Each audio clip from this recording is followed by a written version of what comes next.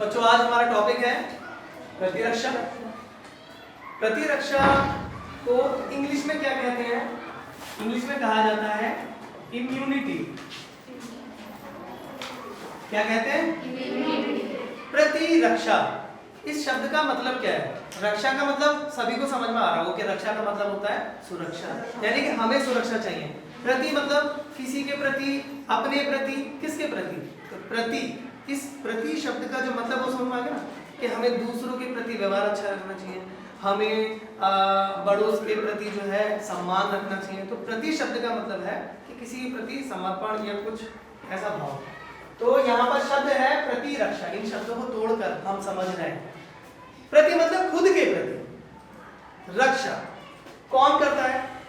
हमारा शरीर, क्योंकि हम चैप्टर पढ़ रहे हैं मानव स्वास्थ्य और रोग।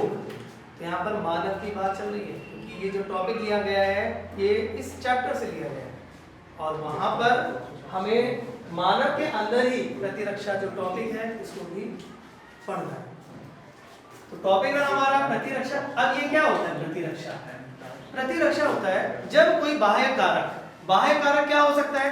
जैसे बैक्टीरिया, वायरस, फंजाई, कोई रसायन, ठीक है, धूल के कण, डस्ट पार्टिकल हमारे शरीर में एंटर कर रहे हैं श्वास के द्वारा, ठीक, तो वो भी क्या हो गया? बाह्य पार्टिकल है। वो जब शरीर के अंदर प्रवेश करते हैं तो उसके बाद हमारे शरीर का जो प्रतिरक्षी तंत्र है वो कार्य करना शुरू कर देता है और हमारे शरीर को सुरक्षा प्रदान करता है। इसी को प्रतिरक्षा कहते हैं। लेकिन वो कौन से ऐसे एजेंट्स हैं, वो कौन सी ऐसी कोशिकाएं हैं जो हमारे शरीर को सुरक्षा प्रदान करती हैं? आप इस टॉपिक को ऐसे कंपेयर कर सकते हो जैसे हमारे इंडिया का बॉर्डर, और बॉर्डर के बाहर टेररिस्ट या अपोजिट जो है वहाँ पे आर्मी है, और हमारी इंडियन आर्मी। हमारी आर्मी क्या करती है? हमें सुरक्षा देती है, जिससे हम यहाँ रुके, यहाँ पढ़ा रहे हैं इजीली। हम अपने जो हमारा शहर है, हमारा स्टेट यानी राज्य है, हम अपने देश में आज़ादी के साथ जी रहे हैं। तो ये क्या है? सुरक्षा मिल रही है ना, तभी तो हम जी रहे हैं। तो ये कौन दे रहा है? हमारे इंडिया की आर्मी, पुलिस फोर्स, ठीक, ये जितने भी हमारी एजेंसीज हैं ये हमें बहुत ज़्यादा हेल्प करती है। ऐसे ही सिस्टम हमारे शरीर में होता है। तो हमारी जो बाउंड्री है शरीर की, स्किन या माउथ, वह जो ओपनिंग, कानों की ओपनिंग है, नोज की ओपनिंग है, आईज की भी ओपनिंग है, यहाँ पर छोटे छोटे छिद्र हैं जिनके द्वारा कोई भी चीज़, जैसे माउथ से सांस ले रहे हैं तो सांस के लिए ज़रूरी थोड़ी ऑक्सीजन ही अंदर जाएगी। डस्ट पार्टिकल, अगर आप किसी क्षेत्र ऐसे एरिया में हैं जहाँ बहुत ज़्यादा वाहन है और बाइक भी चल रही है और बहुत ज़्यादा धुआं है, बस से निकल रहा है, ठीक, वो धुआं क्या है? आप वहाँ खड़े हैं, इनहेल कर रहे हैं यानी सांस ले रहे हैं, तो सांस के साथ केवल आपकी क्या ऑक्सीजन छनकर जाएगी क्या? है ना?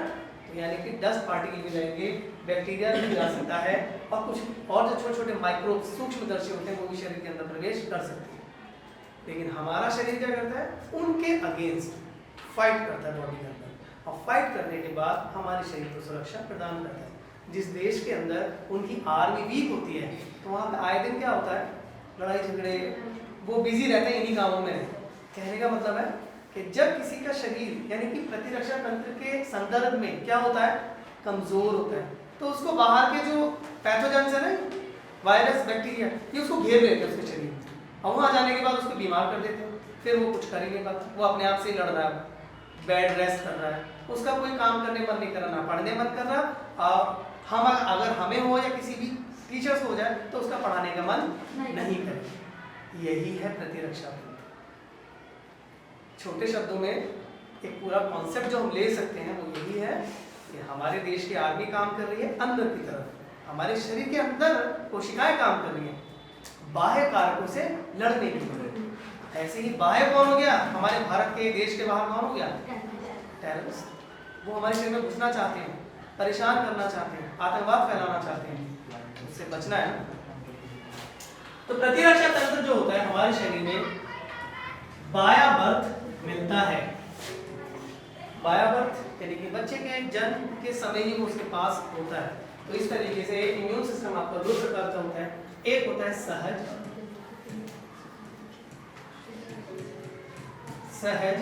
प्रतिरक्षा, और दूसरा होता है आपका उपार्जित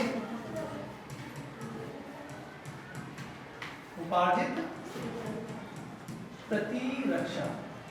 सबसे पहले हम बात करेंगे सहज, इसे इंग्लिश में बोलते हैं इनेट इम्यूनिटी। ये क्या होती है? ये जन्म से मिलती है, यानी कि जैसे ही एक न्यू जो बेबी होता है, छोटा सा जो बच्चा है, जब उसका जन्म होता है तो तुरंत उसके पास ये होती है उस समय। अब वो क्या क्या होती है? सबसे नंबर जो पहला है इसमें, नंबर 1 वो है शारीरिक रोग। शारीरिक रोग में आता है आपका जैसे त्वचा।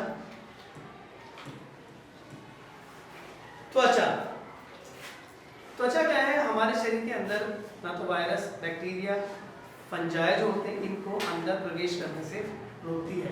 तो शब्द है यहाँ पे लिखा है शारीरिक रोग, जो रोके। ठीक, तो त्वचा क्या काम है? अब ये जो त्वचा है वो केवल अंगों के बाहर ही नहीं होती है, अंगों के अंदर भी तो होती है। जैसे माउथ है तो आप देखेंगे मुख गुहा के अंदर, यानी जो बक्कल कैविटी है, इसके अंदर एक लाइन बनी हुई है, वो भी त्वचा ही है। एपिथेलियम टिश्यूज होते हैं, अगर पढ़े हो 9th क्लास में, 11th क्लास में, तो एपिथेलियम टिश्यू होते हैं। वो किसी भी अंग को अंदर की तरफ से भी लेयरिंग करते हैं, कोट यानी कि परत बनाते हैं, और बाहर से ही परत बनाते हैं। अगर कोई भी पैथोजन अंदर एंटर करता है तो उससे लड़ते हैं और उसको बाहर निकालने की कोशिश करते हैं, उसको किल करने की कोशिश करते हैं। तो शारीरिक रोग बाय बर्थ यानी जन्म से त्वचा बच्चे की होती है तो उसको सुरक्षा प्रदान करती है। दूसरे नंबर पर आता है कायकीय।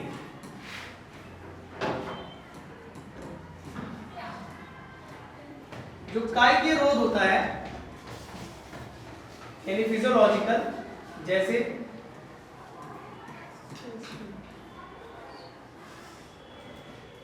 इसमें और एक चीज ये भी आ जाएगी,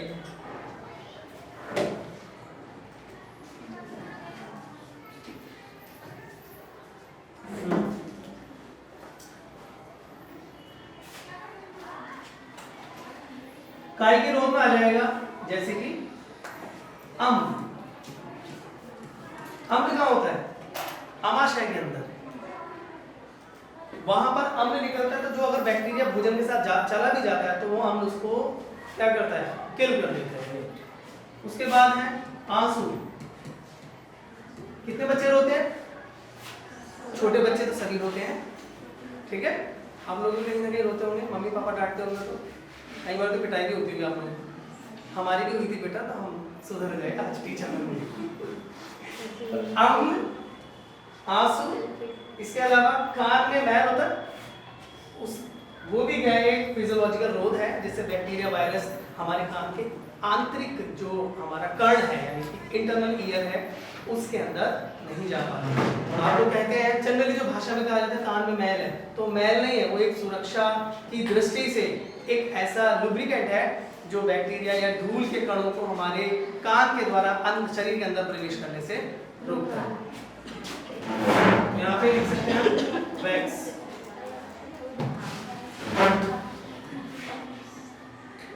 ठीक है, अब इसके बाद नेक्स्ट नंबर 3 पर आता है।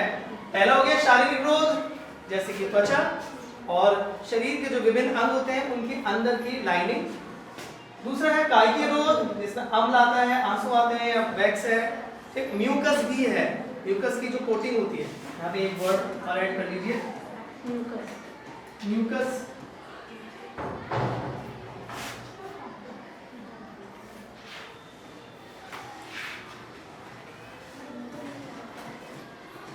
नेक्स्ट है कोशिकीय रोग। ये क्या होते हैं? कोशिकीय रोग होते हैं जैसे आपकी WBC। WBC की फुल फॉर्म होती है व्हाइट ब्लड सेल्स, यानी रक्त में पाई जाने वाली सफेद कोशिकाएं, जिसको शॉर्ट में बोलते हैं इंग्लिश में WBC। ये WBC क्या करती हैं? हमारे शरीर को मुख्य रूप से सुरक्षा प्रदान यही करती है, बेसिकली अगर कहा जाए। 4th नंबर पे आता है साइटोकाइनिन रोग। ये साइटोकाइनिन क्या होता है? जब एक छोटी सी कोशिका को, ये कोशिका मान लीजिए, इस कोशिका को अगर कोई बैक्टीरिया वायरस इन्फेक्ट करता है तो वो ये कोशिश करता है कि दूसरे घर में भी जो है, दूसरे कोशिका में भी ये क्या कर दे, संक्रमण पैदा कर दे। अच्छा, संक्रमण पैदा करने का मतलब होता है एक चोर एक घर के अंदर चला गया और उसने मालिक घर में राजा था उसके ऊपर बंदूक रखी। सपोज मान लीजिए उस चोर ने बंदूक रखी उसके कान पर कि जितना भी जेवर है ये सब चीजें मुझे दे दो, मुझे गोल्ड दे दो, मुझे जो है कैश दे दो। तो उसके बाद वो क्या करेगा, उसका अपनी सुविधाओं को जुटाएगा, अपनी जिंदगी जैसे अपनी जीनी हो वैसे जिएगा। यहाँ पैसा खर्च किया, वहाँ पैसा खर्च किया, गाड़ी लिया, बंगला लिया, जो भी। तो ऐसे ही जो पैथोजेंस होते हैं, रोग जनक, चाहे वो वायरस हो, चाहे बैक्टीरिया हो या अन्य कोई, वही चाहता है कि किसी भी प्रकार से कोशिका के अंदर चला जाए और यहाँ पे एक डीएनए है, उस डीएनए के ऊपर अपना कब्जा कर ले। डीएनए के अंदर क्या पावर होती है, प्रोटीन बनाने की। जब ये वायरस बैक्टीरिया अंदर चले जाएंगे तो उसके बाद डीएनए के ऊपर आक्रमण करेंगे, आक्रमण करने के बाद अपनी चलाएंगे कि भाई ये वाली प्रोटीन बनेगी। उसको जनसंख्या बढ़ानी है, अपनी पॉपुलेशन बढ़ानी है। किसको? पैथोजन को, रोग जनक को। तब वो क्या करेगा, 1 से 2, 2 से 4, फिर 8, 16, 32 ऐसे करके गुणन संख्या में आगे पहुंच जाएंगे। तो अब इस वाली कोशिका को इसने क्या करा, संक्रमित कर दिया, सपोज किसी पैथोजन में। अब ये दूसरे को संक्रमित करने जा रहा है। तो इससे बचने के लिए कोशिकाएं क्या होती है, एक रसायन का सिक्रीशन करती है। किस रसायन का सिक्रीशन करती है? उस रसायन का नाम है, क्या नाम है? इंटरफेरॉन।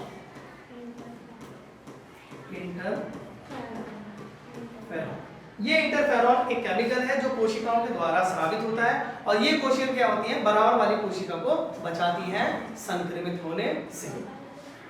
यहां तक समझ में आ गया? नेक्स्ट अब हम बात करते हैं उपार्जित। इसको इंग्लिश में कहते हैं एक्वायर्ड इम्यूनिटी। ठीक, एक्वायर्ड इम्यूनिटी को समझने से पहले एक हमारा टॉपिक है WBC। ये क्या होता है WBC? आइए पढ़ते हैं नेक्स्ट स्लाइड पर। अभी बैक करेंगे यहाँ पर, अगले स्लाइड में देखते हैं। पीछे अभी इसी पेज पर आएंगे हम। WBC की बात करें, ये WBC कहाँ से आती है? क्या कोई बता सकता है बच्चा WBC क्या होता है? एनिमल? हाँ, क्या होता है बताओ? कहाँ पाई जाती है? रक्त के अंदर पाई जाती है। तो अगर हम बात करें ब्लड की, तो ब्लड के अंदर 3 प्रकार की कोशिका होती हैं। सबसे पहला होता है RBC, बच्चे जानते हैं आप, ठीक है। फिर क्या है? WBC, फिर प्लेटलेट्स। इस टॉपिक का ओवरव्यू लेना बहुत जरूरी है WBC का, वरना आपको प्रतिरक्षा तंत्र जल्दी समझ नहीं आएगा। WBC को ल्यूकोसाइट भी कहते हैं। क्या कहते हैं? इन्हें श्वेत रक्त कणिकाएं भी कहते हैं।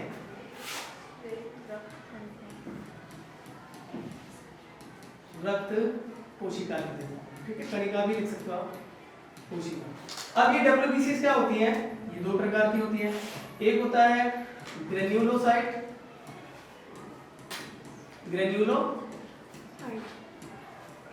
और एक होता है ग्रेन्युलोसाइट।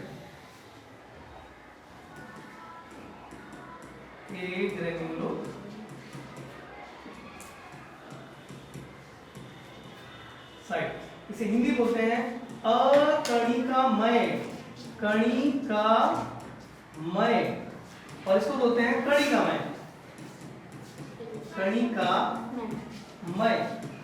आप देखिए यहाँ पे शब्द है कण, यानी वो ग्रेन्युलोसाइट जो कोशिकाएं होती है, इनके अंदर जो ये सेल के अंदर केंद्र, ठीक है, केंद्र इस टाइप से होता है, मल्टी लोब होता है, और इसके अंदर छोटे छोटे कण पाए जाते हैं, इसीलिए इसको कणिकामय कोशिका कहा जाता है। अकणिकामय यानी यहाँ पे जो भी कोशिका होगी उसके अंदर केंद्र होगा, लेकिन उसके अंदर कण नहीं पाए जाएंगे। केंद्र तो पाया गया। आगे चलते हैं। ग्रेन्युलोसाइट जो होती है वो 3 प्रकार की होती है। एसिनोफिल्स,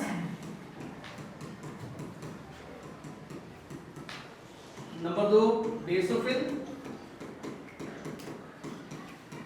नंबर 3 न्यूट्रोफिल, ठीक है। एक ग्रेन्युलोसाइट जो होती है नंबर 1 पे आता है आपका मोनोसाइट। जनरल नॉलेज के लिए मैं बता दूं, मोनोसाइट का जो केंद्रक होता है वो सबसे बड़ा होता है। ठीक है, मोनोसाइट के अंदर। नंबर 2 पर आता है आपका लिम्फोसाइट। क्या आता है? लिम्फोसाइट। यही लिम्फोसाइट हैं जो मुख्य रूप से क्या करती हैं? एंटीबॉडीज का फॉर्मेशन करती हैं, निर्माण करती हैं और एक्वायर्ड इम्यूनिटी को डेवलप करती हैं। अब लिम्फोसाइट की बात करें हम, ये है लिम्फोसाइट। बेटा मेरा समझना बहुत जरूरी है। लिम्फोसाइट आपकी 2 प्रकार की होती है। एक होती है बी लिम्फोसाइट, ठीक है, और एक होती है टी लिम्फोसाइट।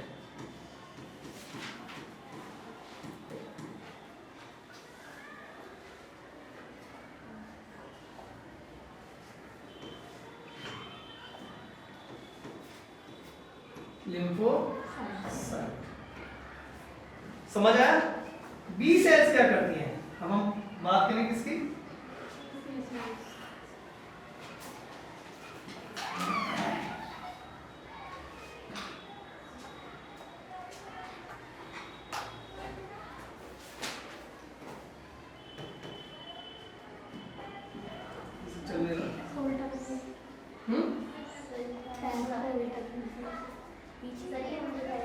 इधर चलेगा। तो बी लिम्फोसाइट सेल आप देखिए यहाँ पे ये है। बी लिम्फोसाइट सेल की बात करें तो ये क्या करती है? प्रोड्यूस यानी उत्पन्न करती है एंटीबॉडी,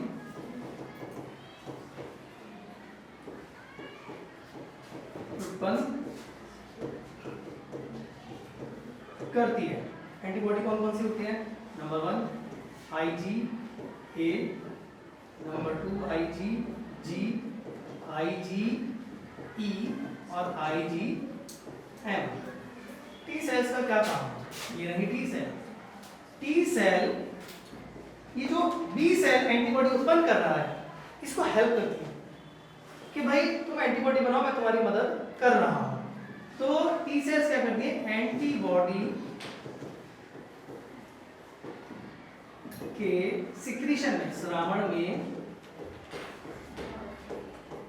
मदद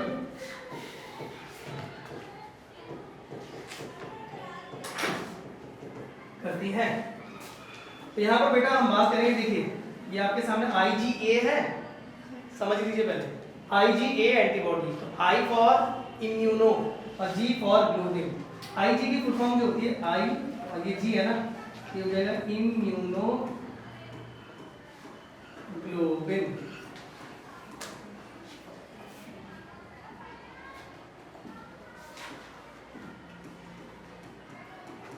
ठीक है, ये देखिए Ig, तो I यहां से लिया गया है और यहां से लिया गया है G। तो ये 2 जो अक्षर है लिए गए हैं, ये रिप्रेजेंट कर रहे हैं एंटीबॉडी। एंटीबॉडी आपकी ये मुख्य रूप से जो बताया IgA, IgG, IgE, IgM प्रकार की होती है। IgA जो एंटीबॉडी होती है वो पाई जाती है किसमें? जो माता का सबसे पहले जो मिल्क प्रोड्यूस होता है आफ्टर डिलीवरी। जैसे बेबी बॉर्न हो गया, बेबी बॉर्न होने के बाद मदर फीड कराती है अपने नवजात शिशु को। उस समय माता के मिल्क से ये एंटीबॉडी निकलती है और ये बच्चे के लिए बहुत फायदेमंद होती है। इसीलिए कहा जाता है कि जब बच्चे का जन्म होता है तो उसके बाद मदर फीड कराना कितना महत्वपूर्ण है, यानी कि बच्चे को माँ का दूध ही पीना चाहिए। इसके अलावा बात करेंगे जैसे कैटल्स होते हैं। कैटल्स मतलब जो चरने वाले एनिमल होते हैं, जैसे गाय, भैंस, ये होते हैं बफेलो, काव वगैरह।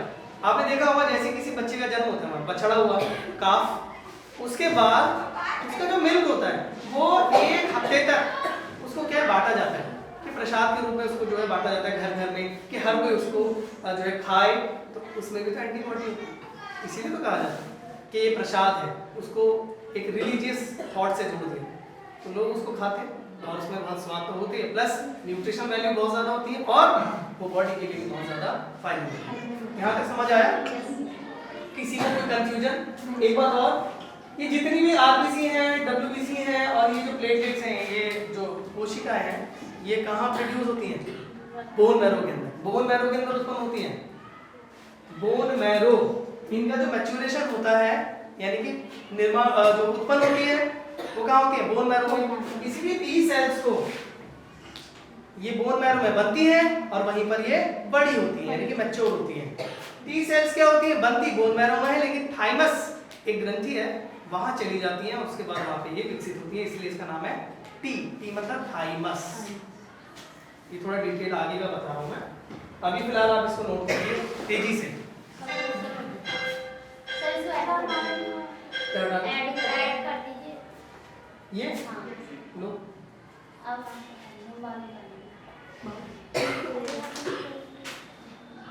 हम यहाँ पहले फर्स्ट पेज था हमारा, तो अब हम लौट कर आते हैं अपने पहले वाले पेपर पे। अभी हमने पढ़ा लिया है, अब बात करते हैं एक्वायर्ड इम्यूनिटी। आपने डबल डिसीज के बारे में पूरा अच्छे से समझ लिया। यहाँ बात होती है एक्वायर्ड इम्यूनिटी क्या होती है। एक्वायर्ड का मतलब होता है कि जब हम यानी कि एक छोटा सा नवजात शिशु जन्म लेने के बाद जब इस एटमॉस्फेयर में आ गया है, तो उसके बाद वो क्या करता है, इम्यूनिटी को एक्वायर्ड करता है। और एक्वायर्ड करने के लिए आपने देखा होगा कि बच्चे के वैक्सीनेशन भी किया जाता है। मींस कि अगर वो यूट्रस के अंदर है 9 मंथ्स के बीच में उसको 2 वैक्सीनेशन किया जाता है, एक शायद 4th मंथ में और एक 5th मंथ, ऐसा कुछ है 6 या 5th में मदर को वैक्सीनेटेड किया जाता है। तो वो अंदर जो फीटस है, जो फीटस यानी भ्रूण है, उसको वो इम्यूनिटी प्रोवाइड करता है फर्स्ट स्टेज में, अर्लियर स्टेज में। एक्वायर्ड का मतलब कि ये हम अपने एटमॉस्फेयर में जितने भी हमारे एंटीजेंस हैं उनसे फाइट करने के लिए, अगेंस्ट यानी कि फाइट करने के लिए हमारे शरीर में विकसित होती है। और ये जो बेसिक है ये क्या होती है, रोग विशिष्ट होती है। कैसी होती है, रोग विशिष्ट। सबसे पहली बात तो ये है। और दूसरा क्या होता है, ये स्मृति आधारित होती है, स्मृति आधारित। स्मृति का मतलब क्या होता है, याददाश्त।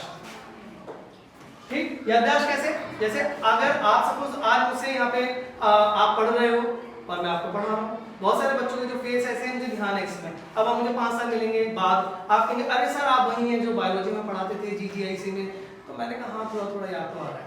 ठीक है, अगर मुझे याद नहीं आया तो मैं यही कहूँगा पता नहीं कौन सा बच्चा था, मिलके चला, मुझे समझ नहीं आया कौन था। तो स्मृति यानी मुझे याद नहीं, और याद है तो मैं आपसे फिर बात करूँगा। तो स्मृति आधारित का मतलब, स्मृति का मतलब याददाश्त।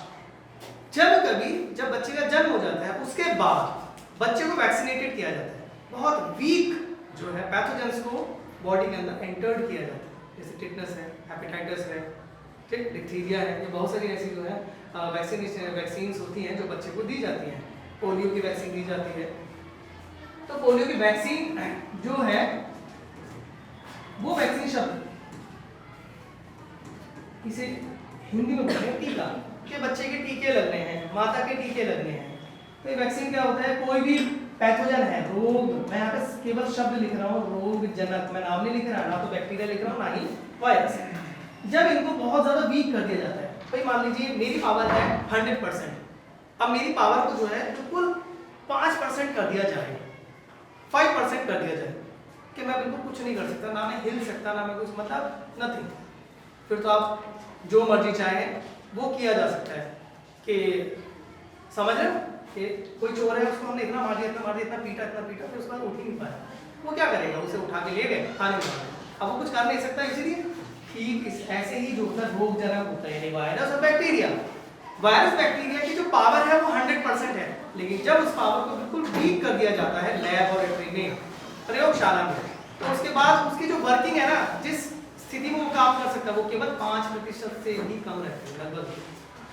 तो फिर तो वो कुछ कर ही नहीं सकता। अगर वो शरीर में भी चला गया, एंटर्ड हो गया, हाउ मी मतलब कैसे भी, तो वो शरीर को नुकसान नहीं पहुंचाएगा। लेकिन हमारा शरीर उस एंटीजन जो हमारी बॉडी के अंदर आया है उसके अगेंस्ट एंटीबॉडी उत्पन्न करना शुरू कर देगी। तो वो जो एंटीबॉडी उत्पन्न होंगी वो याद रखेंगे कि भाई इस तरह का एक व्यक्ति आया था हमारे घर में। एक एग्जांपल दे रहा हूँ, जैसे हमारे घर में कोई व्यक्ति, हाँ मैं पहचानता हूँ इसको, और ये ऐसा था वैसा था, ये उसने उसके घर में चोरी की थी, ये तो ऐसे ही हमारे शरीर की जो इम्यूनिटी है, एंटीबॉडीज होती है, अभी बताया antibody IgA, IgG, IgM, IgE, ये एंटीबॉडी क्या करती है, ये पहचान करती है। या फिर सेलुलर एंटीबॉडी जो WBCs के द्वारा मिलती है, एसिनोफिल्स बताया था, बेसोफिल लिखाया था, न्यूट्रोफिल लिखाया था, मोनोसाइट्स, ये क्या करती है, कोशिकाएं ऐसी हैं याद करके रखती हैं। और ये कोशिका जब भी कोई पैथोजन बॉडी के अंदर आता है, तो एक बार सपोज वो, जब मैं 5 साल का था तब किसी वायरस बैक्टीरिया मुझे इन्फेक्ट करा, मेरे शरीर ने उसके खिलाफ क्या एंटीबॉडी बना ली। अब वो मान लीजिए 20 साल बाद फिर से वो रिपीट आया मेरे पास, और रिपीट होने मतलब मेरी बॉडी के अंदर एंटर कर गया, तो एंटीबॉडी ने कहा अरे हम तो जानते हैं इसको, अभी अभी मारेंगे, देखो इसे बंदूक से मरेगा वो, ठीक, या इसको 2 थप्पड़ मारने पड़ेंगे तभी ये तो गिर जाएगा ऐसे। तो इस तरह का जो प्रोसेस है जो नेचुरल, हम देखिए एग्जांपल्स मैं आपको दे रहा हूँ ताकि आप इजीली समझ सकें, हो सकता है आपको समझ आ रहा। चैप्टर थोड़ा थ्योरेटिकल है यहाँ पे, तो एग्जांपल्स को रिलेट करके हम जब समझते हैं तो वो टॉपिक हमारा इजी हो जाता है। आप देखेंगे यहाँ पे क्या है, रोग जनक। अब यहाँ पे क्या है, टीका यानी वैक्सीनेशन हो रहा है। तो वैक्सीनेशन क्यों हो रहा है, उसके अंदर बहुत ज्यादा लीस्ट जो है जो एक्टिवेटेड जो क्या है पैथोजन से वो बॉडी के अंदर एंटर कराया जा रहा है, जिससे बॉडी के अंदर क्या हो रहा है, एंटीबॉडी उत्पन्न हो रही है। तो वो उपार्जित प्रतिरक्षा को प्रदर्शित कर रही है हमारे शरीर में। समझ आया? उपार्जित प्रतिरक्षा क्या होती है, जो बाहर से एक्वायर की जाए, ठीक है। अब ये मैं यहां से रिमूव कर रहा हूं। अब देखिए ना, तो एक्वायर्ड इम्यूनिटी जो बेस्ड होती है वो एक तो रोग विशिष्ट होती है, अगर हमारे टाइफाइड है या निमोनिया है या कोई और है तो उसके ही अगेंस्ट वो काम करेगी, उसके अनुसार होती है। स्मृति आधारित होती है यानी कि मेमोरी बेस्ड, पहले से उसको पता होता है कि यहाँ पे कौन आया था पहले, कौन एंटीजन आया था। एक अभी शब्द है एंटीजन, ये भी आप समझ लीजिए। एंटीजन और एंटीबॉडी में क्या अंतर है, ये 2 शब्द हैं, एंटीजन एंटीबॉडी। देखिए एंटीजन क्या हो सकता है, एंटीजन कोई भी बाह्य कारक हो सकता है। बाह्य कारक में क्या हो सकता है, वो नंबर 1 वायरस हो सकता है, बैक्टीरिया हो सकता है, ठीक है, कोई रसायन हो सकता है, कुछ नहीं, वो बैक्टीरिया है, वायरस है, वो रसायन है, कोई अन्य बाह्य कारक है, वो कहलाएगा एंटीजन। उसके खिलाफ, उस एंटीजन के खिलाफ हमारे शरीर में क्या है, कोशिकाएं जो है विकसित हो जाती हैं, उन्हें कहा जाता है एंटीबॉडी। दोनों में अंतर पता है ना। अगर एक नंबर में एक प्रश्न आ जाए कि एंटीजन और एंटीबॉडी में क्या अंतर होता है, तो ये आपको पता होना चाहिए। एंटीजन क्या होते हैं, जो रोगों को पैदा करते हैं, और एंटीबॉडी क्या होती है, रोग को जो पैदा कर रहा है पैथोजन, उसको मारने के लिए जो हमारी बॉडी की आर्मी है, आर्मी से कंपेयर कर सकते हैं, तो वो कहलाती है एंटीबॉडी। ये हमारी सुरक्षा की, तो शरीर की सुरक्षा प्रणाली को मजबूत करती है।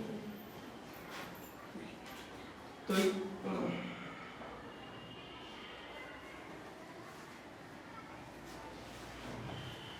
अभी हम क्या है, एक्वायर्ड इम्यूनिटी की बात करते हैं। तो एक्वायर्ड इम्यूनिटी हमें मिलती है, ये बी सेल्स होती है हमारी बॉडी में। कैसी होती है, अभी बताया था बी सेल्स, आपको कंफ्यूजन तो होगा नहीं। और एक होती है टी सेल्स। एक बार फिर से मैं इसको रिपीट कर देता हूँ, अभी बताया था। देखिए लिम्फोसाइट जो होती है वो बी सेल्स प्रोड्यूस करती है, और इधर क्या है, टी लिम्फोसाइट्स है। तो बी सेल्स क्या करती है, एंटीबॉडी का प्रोडक्शन करती है, और दूसरी तरफ जो होती है टी लिम्फोसाइट्स होती है वो क्या करती है, एंटीबॉडी के श्रावण में मदद करती है, और कोशिकीय स्तर पर ये काम करती है। यहां पे बी सेल्स क्या करेंगी, एंटीबॉडी को उत्पन्न करेंगे।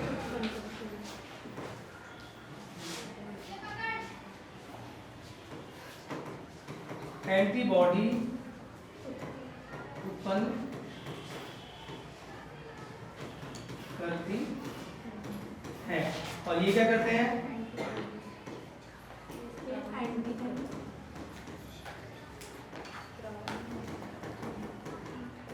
श्रावण में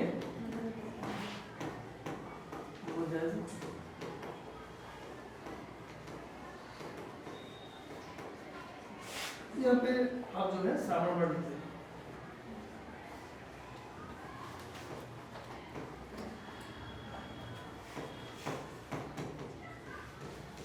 श्रावण करते हैं,